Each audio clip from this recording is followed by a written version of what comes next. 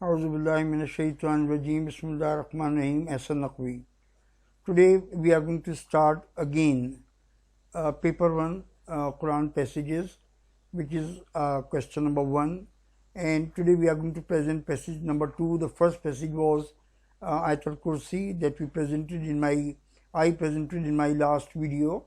This is a part of Surah Al-An'am. 3 ayat are a part of this passage: 101, 102 and 103.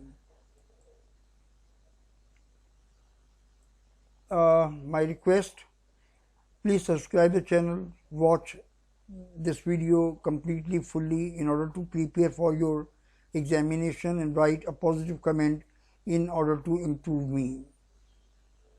Thank you very much.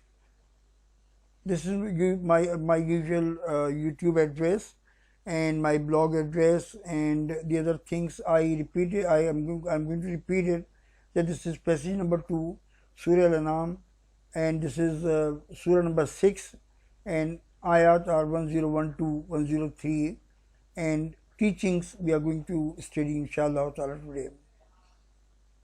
This is the same repetition. Translation, I'm going to start Bismillahir-Rahmanir-Rahim.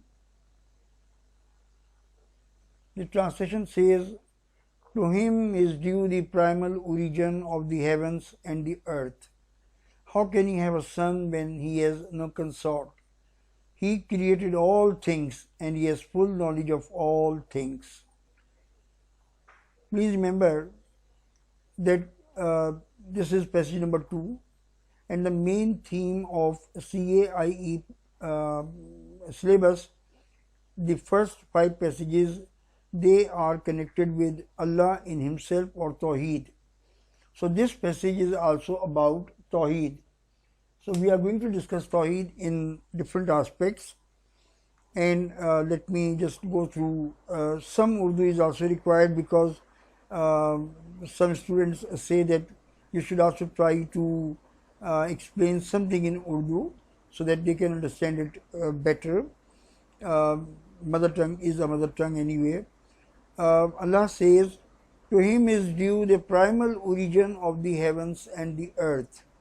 बदीउस समावाति वल अर्द. देखिए, जब हम कहते हैं बदीउस समावाति वल अर्द, यानी जब कुछ नहीं था, जब कोई बिल्डिंग मटेरियल मौजूद नहीं था, तो अल्लाह ने फ्रॉम नथिंगनेस ये तमाम के तमाम आसमान, ये तमाम के तमाम सिस्टम्स, ये प्लैनेट्स, ये आपका सूरज, ये आपके चाँद, ये सब कुछ क्रिएट कर दिया, जबकि अल्लाह के पास उस वक्त कोई बिल्डिंग मटेरियल नहीं था.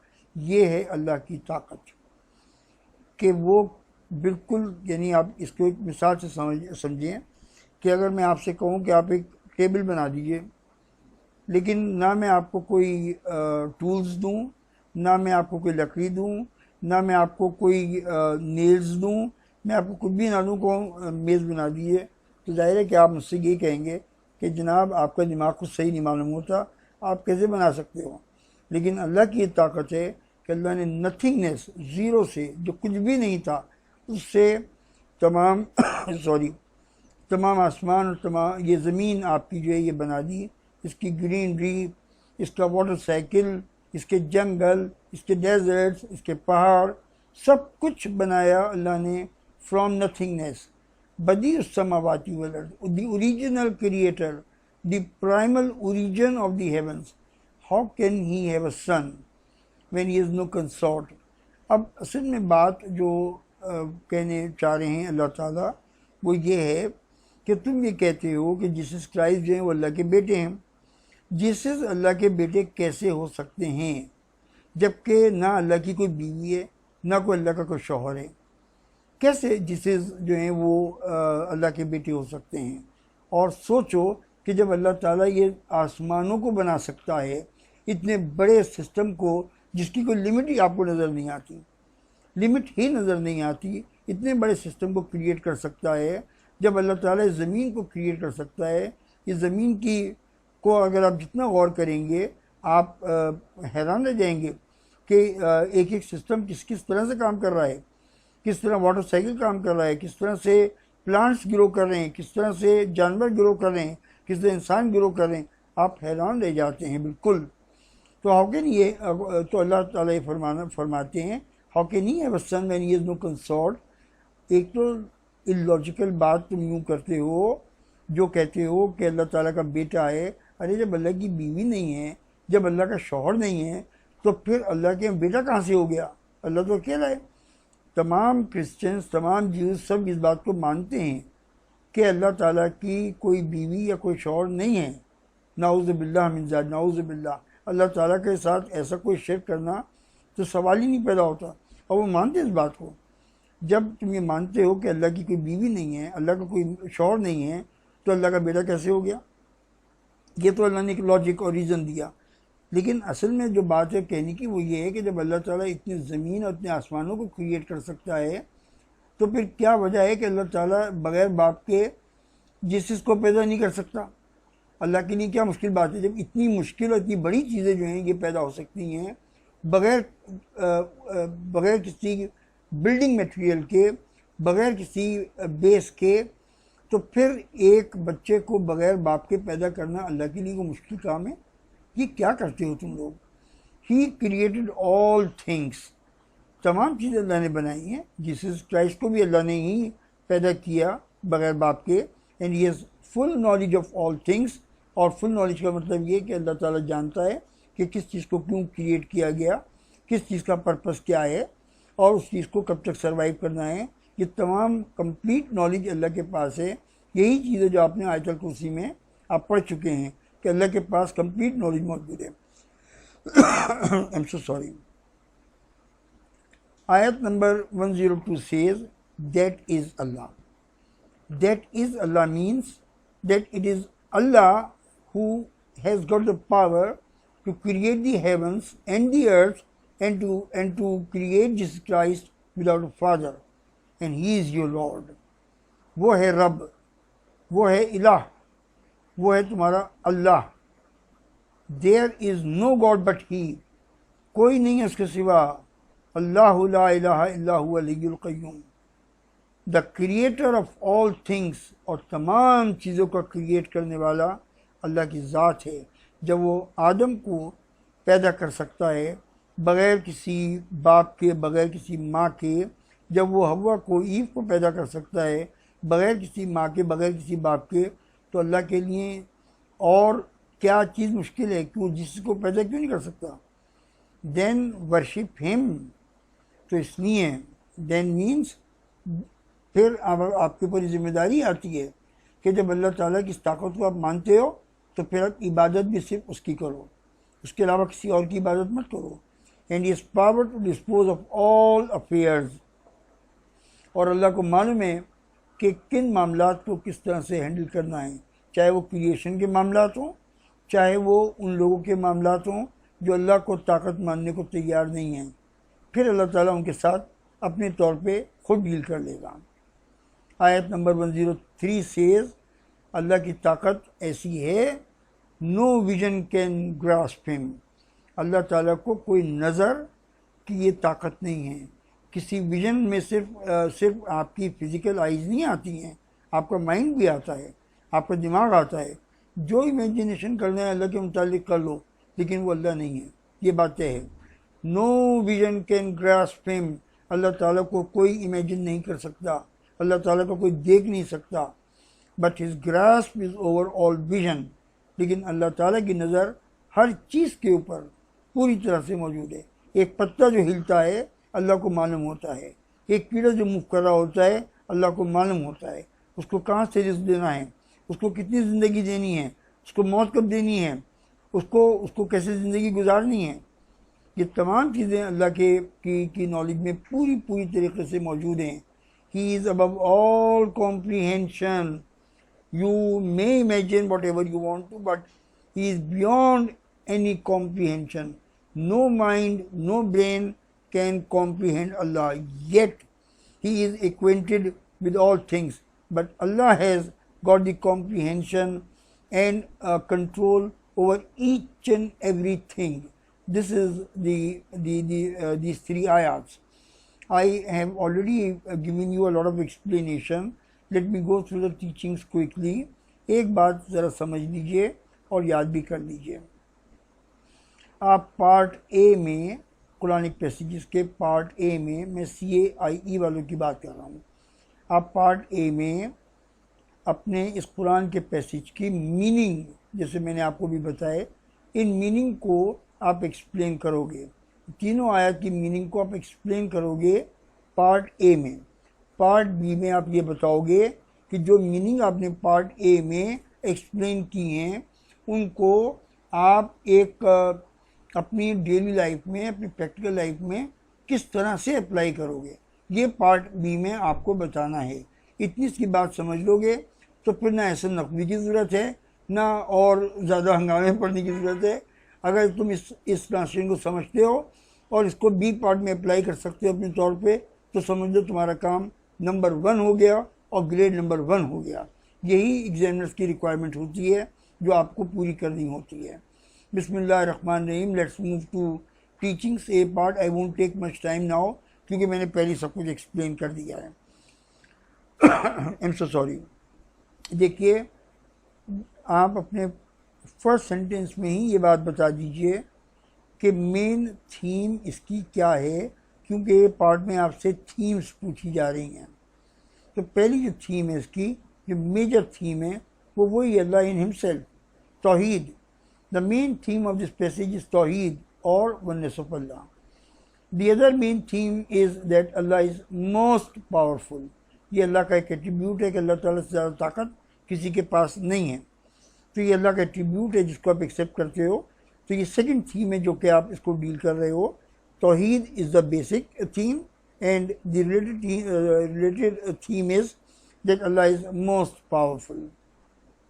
इतना पावरफुल है कि उसने तमाम हेवंस को क्रिएट कर दिया, इस अर्थ को क्रिएट कर दिया, जिसको बगैर बाप के क्रिएट कर दिया, मुझे और आपको सबको क्रिएट किया है।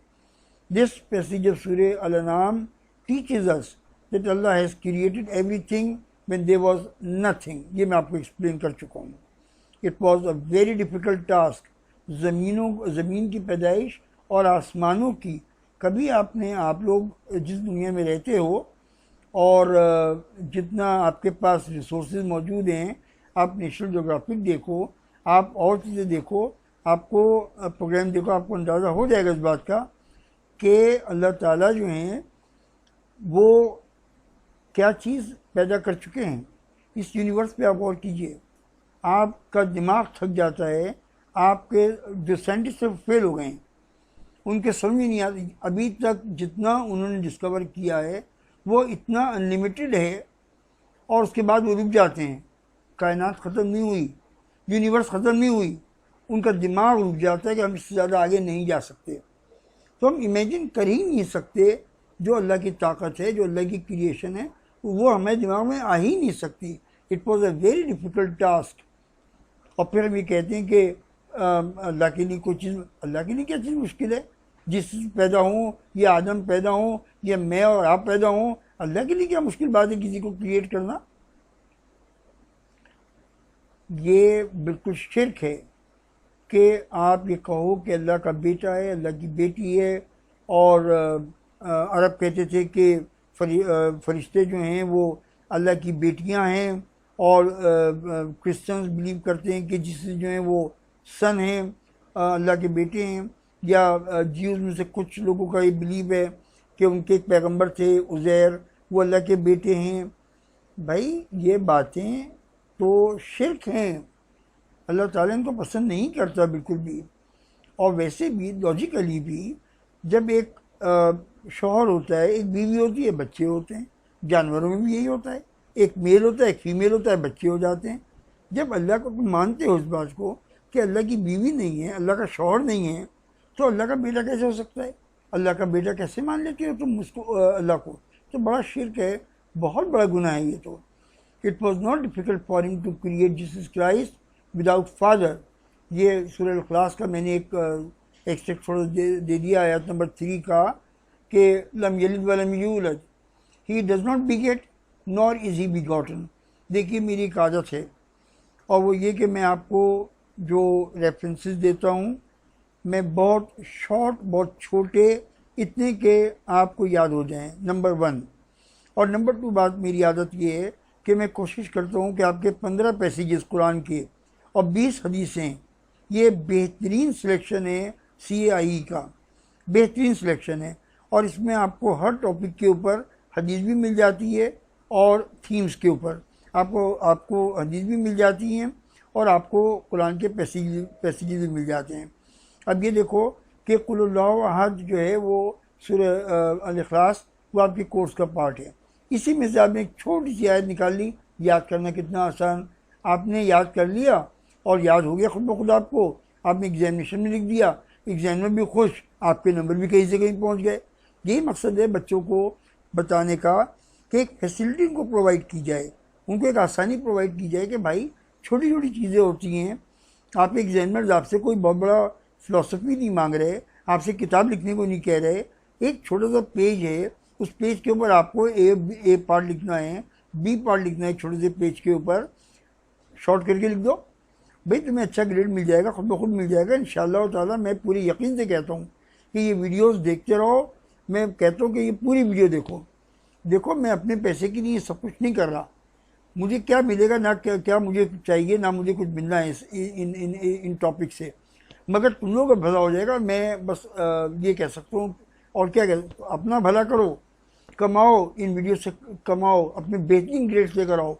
तुम्हारे अच्छे ग्रेड्स आएंगे, दुआएं दोगे। सर नकवी भी कोई हुआ करते थे, चलो भाई हम तो मरमरा जाएंगे, चंद दिन के मेहमान और हैं, लेकिन तुम्हारा फ़ायदा हो जाएगा, अल्लाह ताला तुम्हें बरकत देगा और दुआएं दोगे और याद करोगे।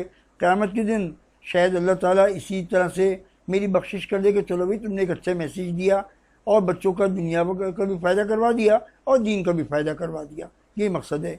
ही does not beget nor is begotten, ना वो पैदा करता है ना उसको किसी ने पैदा किया है। Al-Ikhlas is a part of your course. Since Allah is the creator of everything, only he knows the real purpose of the creation.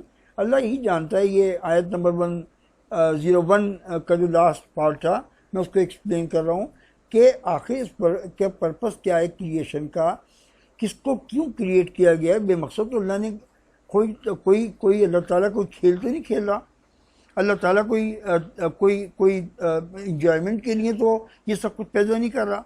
अल्लाह ने जो कुछ भी पैदा किया है, एक चूंटी को भी पैदा किया है पर्पस के साथ, और एक जो है प्लेनेट को पैदा किया है, और अल्लाह ने एक स्टार को पैदा किया है जिसके ह्यूज होने की कोई लिमिट नहीं है, उसको भी अल्लाह ने पर्पस से पैदा किया है। क्या पर्पस है हमें तो नहीं पता, लेकिन उसका पर्पस है। और फिर एक और रेफरेंस आ जाता है जो सूरह नंबर 42 और 4 का है, to him belongs all that is in the heavens and the earth and he is the most high most great. ये भी आप ही के पैसेज में से ही दिया गया है, छोटा सा कोट है, याद कर लो, अल्लाह ताला बरकत दे। तमाम चीज़ें अल्लाह को बिलोंग करती हैं। बिलोंग्स ऑल दैट इज़, जो भी आसमानों के ज़मीन के बीच में है, हर चीज़ अल्लाह की मलकियत है, अल्लाह उसका बादशाह है। And is the most high most great. फिर हम कहते हैं कि he is the only one to control the heavens and the earth. सिर्फ अल्लाह की ताकत है कि जो तमाम आसमानों को, तमाम इस ज़मीन को, इस ज़मीन में बसने वाली, इस आसमानों में रहने वाली एक एक चीज़ को मुकम्मल कंट्रोल कर रहा है। सिर्फ और सिर्फ अल्लाह है। Everything belongs to him. यही बात आयतुल कुर्सी में कही गई है। अगर तुम ये पैसेज रिपीट करो तो तुम्हें सब याद आ जाएगा, आसान सी चीज़ है। Although humans can not understand him, he understands everything in creation. इंसान के क्या बस की बात होगी कि वो अल्लाह को समझ सके। क्या सवाल है। लेकिन अल्लाह ताला को ये भी मालूम है कि मेरे दिल में क्या है, मेरी नीयत क्या है, मैं कोई काम अच्छी नीयत से कर रहा हूँ, बुरी नीयत, अल्लाह को सब मालूम है। और क़यामत के दिन अल्लाह ताला उन नीयतों को भी सामने लेके आ जाएगा। अल्लाह ताला सब कुछ समझते हैं, और सिर्फ मेरा और आपका नहीं समझते, वो एक पत्ते के मुताबिक की पूरी तकदीर को समझते हैं और जानते हैं। वो एक चींटी की तकदीर को जानते और समझते हैं, छोटी से छोटी चीज़ को भी जानते और समझते हैं। He is the one who has the power to help humans and he hears and sees all that they do. जो इंसान करते हैं अल्लाह को सब मालूम होता है। अल्लाह एक एक चीज़ को लिख रहा है, वो रिकॉर्ड में जा रही है, उसकी वीडियोस बन रही हैं, उसकी ऑडियोस बन रही हैं। अल्लाह सुनने वाले हैं, अल्लाह देखने वाले हैं, अल्लाह को सब कुछ मालूम है। देयरफॉर, इसलिए आपके ऊपर जिम्मेदारी आती है that they should worship him, सिर्फ और सिर्फ अल्लाह की इबादत करो, मत शिरक करो अल्लाह के साथ। अल्लाह का बेटा, अल्लाह की बेटी, फ़लाँ मेरी मदद कर देगा, फ़लाँ मेरे लिए मुझे औलाद दे देगा, फ़लाँ मुझे पैसा दे देगा, ये सब छोड़ दो। अल्लाह ताला शिरक के मामले में बहुत सख्त हैं, नहीं माफ़ करेंगे। अल्लाह शिरक को माफ़ नहीं कर फरमाते, अल्लाह मैं माफ़ नहीं करूँगा, मैं तुम्हारा कोई गुनाह माफ़ कर सकता हूँ, मेरी मर्ज़ी है, करूँ या ना करूँ, लेकिन शिरक के साथ तुम्हारी मौत वाक़ई ना हो। मैं अपनी पार्टनरशिप बिल्कुल बर्दाश्त नहीं करूँगा। And pray to him to reward their actions, और हमें ये चाहिए कि हम जो हैं वो अल्लाह की ही इबादत करें और अल्लाह से दुआ मांगी कि अल्लाह हम जो भी कुछ कर रहे हैं, नेक काम, अच्छे काम, आप हमें इसका रिवार्ड, हमें इसका सवाब दीजिए जन्नत की शक्ल में और कब्र में सुकून और आराम की शक्ल में, हमें इसका इनाम दे दीजिए। ये मकसद है। अब हम आते हैं भाई बी पार्ट की तरफ। बी पार्ट जैसे मैंने बताया बेटा कि आपका जो ए पार्ट है वो कुरान का एक्सप्लेनेशन है, और आपका जो बी पार्ट है वो बेसिकली उस एक्सप्लेनेशन का रूटीन लाइफ में, एवरीडे लाइफ में एज अ मुस्लिम आपका एप्लीकेशन है। आप उस टीचिंग को जो आपने पार्ट ए में बयान की है, आप पार्ट बी में उस टीचिंग को कैसे अपनी लाइफ में अप्लाई करोगे। अगर तुमने ये काम कर लिया तो इंशाअल्लाह ताला मुझे पूरी उम्मीद अल्लाह की ज़ात से कि आपके मार्क्स बेहतरीन आ जाएंगे, क्योंकि एग्जामिनर्स की ये रिक्वायरमेंट है। और मैंने भी इस एक्सप्लेनेशन में मार्किंग स्कीम से ही मदद ली है, तो मैंने मार्किंग स्कीम पे ही ज़्यादा ज़ाहिर है मैंने कॉपी तो नहीं किया उसको, लेकिन मैंने उनके पॉइंट्स ही पिक करके और इसको समझने की कोशिश की है। और बाकी जो तफसीर वगैरह से मैं पढ़ता हूँ तो वो तो अल्लाह ताला मेरी मदद कर देते हैं, मगर मार्किंग स्कीम से भी आपके तमाम पॉइंट्स मैच कर रहे हैं। The teachings emphasize the importance of tawheed for Muslims. तो पहली इम्पोर्टेंस क्या हुई, वो हुई तौहीद। तौहीद को एम्फसाइज किया गया। Allah there is no god but he, eternal absolute, Allah ला इलाहा इल्ला हुवल हय्युल क़य्यूम, ये आयतुल कुर्सी जो है उसका पार्ट है। हम इसके एप्लीकेशन पे फर्दर बढ़ते हैं। Allah has no relationship with anyone and he has no partners और ऑफस्प्रिंग। तो हमें क्या चाहिए, we must not make any partners to Allah at any cost. Mankind should worship only one Allah, as it is in this passage that only he can fulfil their needs. आपकी औलाद, आपका पैसा, आपके मुकदमे, आपके मसाइल, आपका एग्जामिनेशन, ये सब कुछ अल्लाह के हाथ में है। अल्लाह से दुआ मांगो, और अल्लाह जो दुनिया की फॉर्मेलिटीज़ हैं वो आप ज़रूर पूरी कीजिए। एग्जामिनेशन में अल्लाह से मांग लिया, मेहनत की नहीं, तो फिर तो बात नहीं बनी ना। तो सिर्फ अल्लाह से, और ख़ासतौर पर अननोन गैब के मामलात में, मुझे औलाद चाहिए, मुझे अपने फाइनेंशियल कंडीशन को बेहतर करना है, मेरे पर कोई प्रॉब्लम आ गई है, उसके लिए दुआ किससे मांगूँ, सिर्फ और सिर्फ एक अल्लाह से, जो मेरी मदद कर सकता है। As it is in this passage that only he can fulfil their needs. और तुम सूरह फातिहा में पढ़ते हो, इय्याका नअबुदु व इय्याका नस्तईन, अल्लाह हम आपकी इबादत करते हैं, अल्लाह हम आपसे ही मदद मांगते हैं। So Muslims should be careful to follow his way, means the way of Allah. Since Allah hears and sees, Allah सब कुछ सुनता है, अल्लाह हर चीज़ का रिकॉर्ड रखा हुआ है, अल्लाह देखता है हर चीज़ को, अल्लाह मेरी एक एक एक्शन को रिकॉर्ड कर रहा है, एक एक सेकंड रिकॉर्ड हो रहा है, मेरा एक एक रुपया रिकॉर्ड हो रहा है। तो चूँकि अल्लाह ताला ने ये सब कुछ रिकॉर्डिंग कर रहा है, तो हमें क्या चाहिए, we should be careful that we should not commit sins. अब ये हमारी जिम्मेदारी होती है कि हम गुनाहों में इन्वॉल्व ना हो, क्योंकि गुनाहों में इन्वॉल्व होने का मतलब ये कि आप अल्लाह ताला को गुस्सा दिला रहे हैं। अल्लाह ताला गुनाहों को पसंद नहीं करता। हमें अवॉइड करना चाहिए। हमें सोचना चाहिए कि मेरा एक एक गुनाह जो है वो लिखा जा रहा है और वो रिकॉर्ड किया जा रहा है। इसलिए गुनाह तो होते हैं, गुनाह से तो कोई बच ही नहीं सकता, सवाल ही नहीं पैदा होता। लेकिन अगर गुनाह हो जाए तो अल्लाह के आगे हाथ फैला दो और कहे अल्लाह मुझसे गलती हो गई, मुझे माफ़ कर दीजिए और मैं आइंदा कोशिश करूँगा कि मुझसे गुनाह ना हो। दोबारा हो जाए दोबारा माफ़ी मांगो, 3 दफ़ा और 3 दफ़ा माफ़ी मांगो। अल्लाह गफूर है, रहीम है, करीम है, रहमान है, रहीम है।